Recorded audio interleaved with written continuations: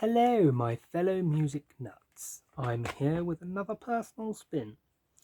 Today I'm going to rank Mudvayne's studio albums.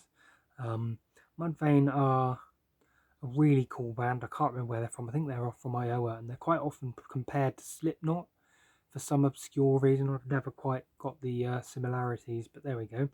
Um, they are also one of the first metal bands that I got into, and they're very much well known for their amazing bass player Ryan Martini and Chad's hellishly good vocals. And yeah, so let's begin, shall we? The first album isn't really an album, I don't think, so I'm not sure if it really counts, but that's why it's at the bottom anyway.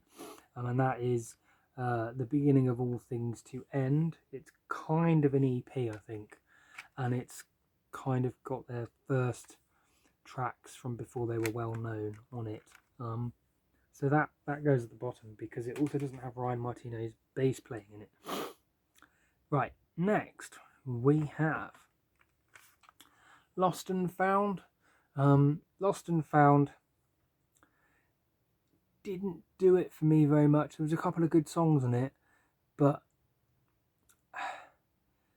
it was missing the amazing drum and bass interplay that was on their other two albums that came before this.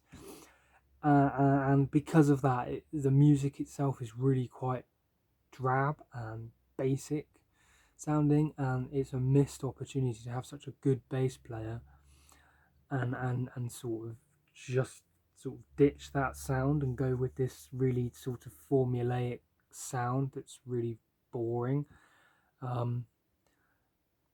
So yeah, other than a couple of songs, I've never really enjoyed this one. Next we have The New Game.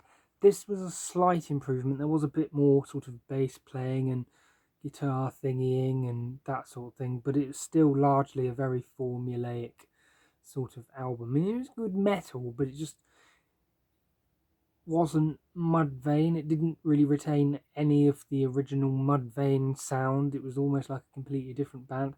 And as we know, they've pretty much broken up since then anyway. I don't think they have any intention of releasing any new Mudvayne stuff because they're all with different bands and stuff.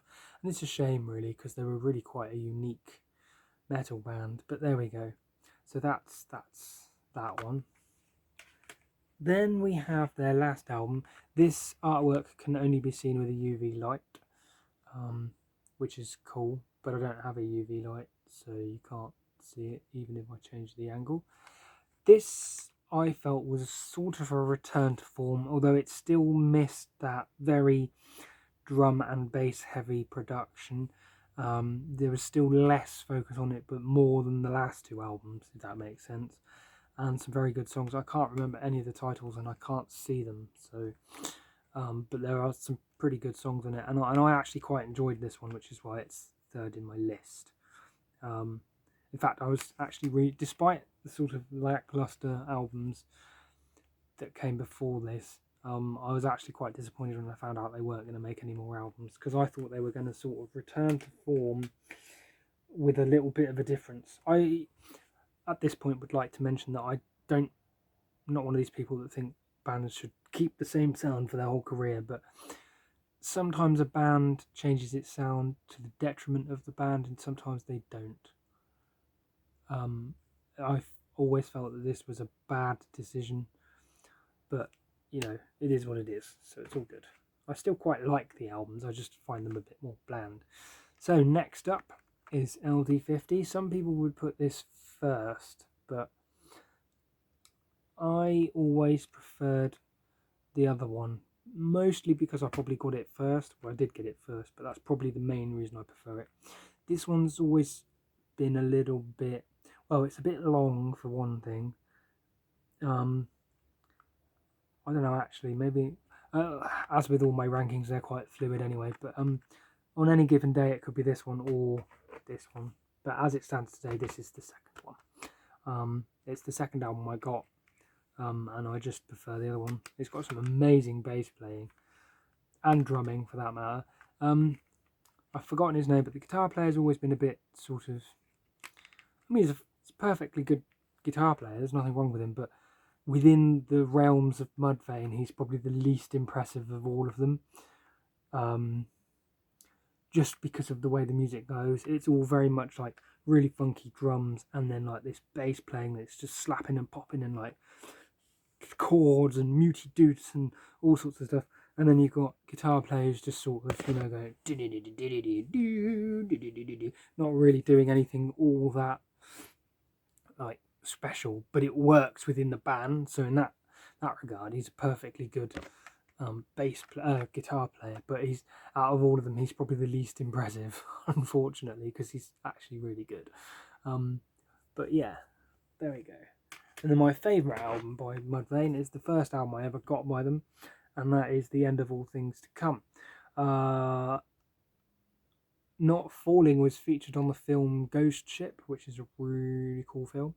And this whole album is really good as well, for that matter. I've had this for a very long time. I wouldn't mind buying a spare copy at some point. But this one's really cool. It's not quite as long as LD50. I've always found it's a little bit more focused, particularly the first sort of 6 tracks. It goes a little bit proggy after that, but it's still pretty damn good. Yeah, it's always had a special place in my heart, particularly the song Mercy Severity. When the guitar drops out, it just goes ding, ding, ding, and you got that freaking brilliant bass line with the drums and everything. It's just great. Such a great dynamic. And there you go. That is my ranking for Mudvayne. Please like and subscribe if you like my videos. If you don't, then don't. Hit like as well and notification if you really want to. And in the comments, please leave comments about what you think of Mudvayne, you know, what order you'd rank their albums in, what you think of my order, even though that's like a subjective opinion, but you know, whatever. Just be interesting to get some discussion going. It's kind of why I make the channel, really. And thank you for watching, and I hope you found it enjoyable. Goodbye. Thank you very much.